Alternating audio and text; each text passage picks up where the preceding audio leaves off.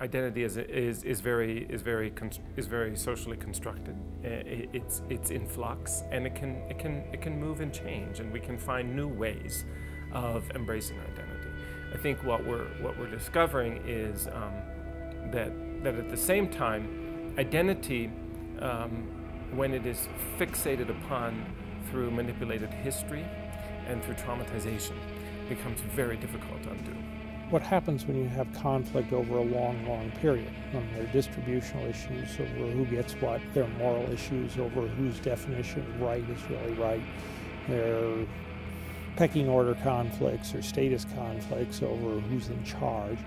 And these things are around for a long time. You make allies, you always have the same allies, and your enemies make allies, and they're always the same. And it slowly sort of solidifies into giant blocks that divide societies. And some of it falls along economic lines, some of it's religious lines, some of it's racial lines, but it's a huge problem. Even though all Somalis have one ethnicity, they've still been split into tiny little fractures on clan lines, which basically goes to show that having a single identity on the face of things doesn't mean very much. I think people can be manipulated anytime they can be made to believe that they have a set of interests that's opposed to someone else. And anytime politicians deliberately use inflammatory language and persuade people that they're being threatened by another group. And usually that can be on ethnic lines, but it can be on any lines. And if you look at Rwanda, the differences between the Hutu and the Tutsis are also quite artificial. But they've become so entrenched that people really believe in them.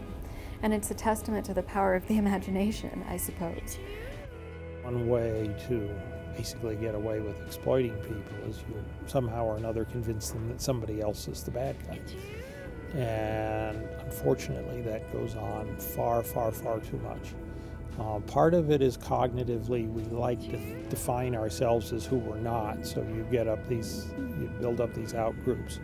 That makes it easier. And part of it is a real sophisticated mastery of imagery with focus group technology and modern media. You can create all sorts of images that will elicit the right kind of responses from people.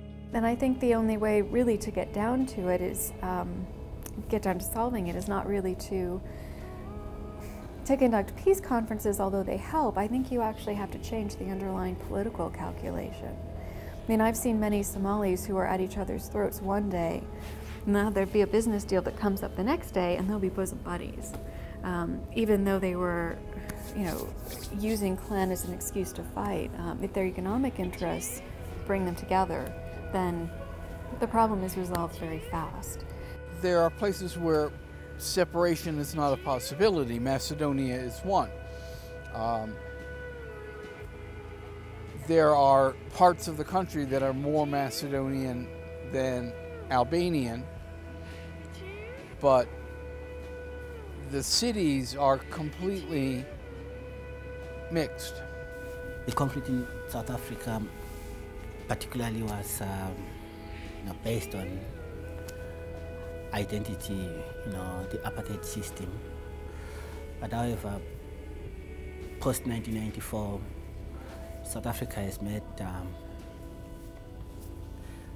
a lot of efforts in overcoming the problem, and the Truth and Reconciliation process, although it had its own hurdles, but it was to an extent a success because it managed to bring together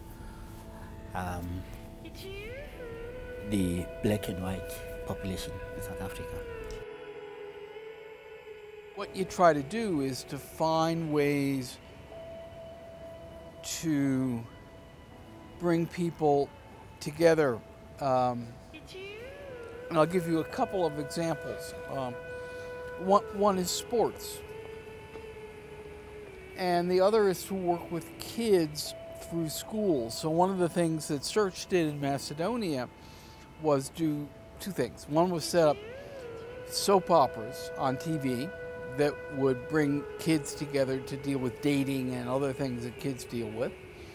And the other thing building out of that is that they set up preschools in which each class had an Albanian and a Macedonian teacher. And the kids learned both languages. And when the parents came in for parent night, they were the only ones who could translate. The Search for Common Ground radio soap operas are a classic case. And you know, the satire has a long and honorable tradition in basically popping some of these myths. To the extent that you can create in the popular culture situations in which the stereotypes just don't stand up, then that's a major step forward. I've worked on a project in Burundi which entails trauma healing based on narrative theater. And narrative theater, this was an approach which was developed from working with displaced people in refugee camps in Uganda. So this involves developing stories which are centered and or developed around existing problems, and allowing the community members to then identify and develop solutions to these problems. And the results have indicated and suggest that people are able to overcome some of the individual and community trauma that they suffered through the violent conflicts. Now, Kenneth Boulding used to cite this principle. He called it Boulding's first law. If it exists or if it's happened, it must be possible. And there are all these cases in which enmities suddenly go away.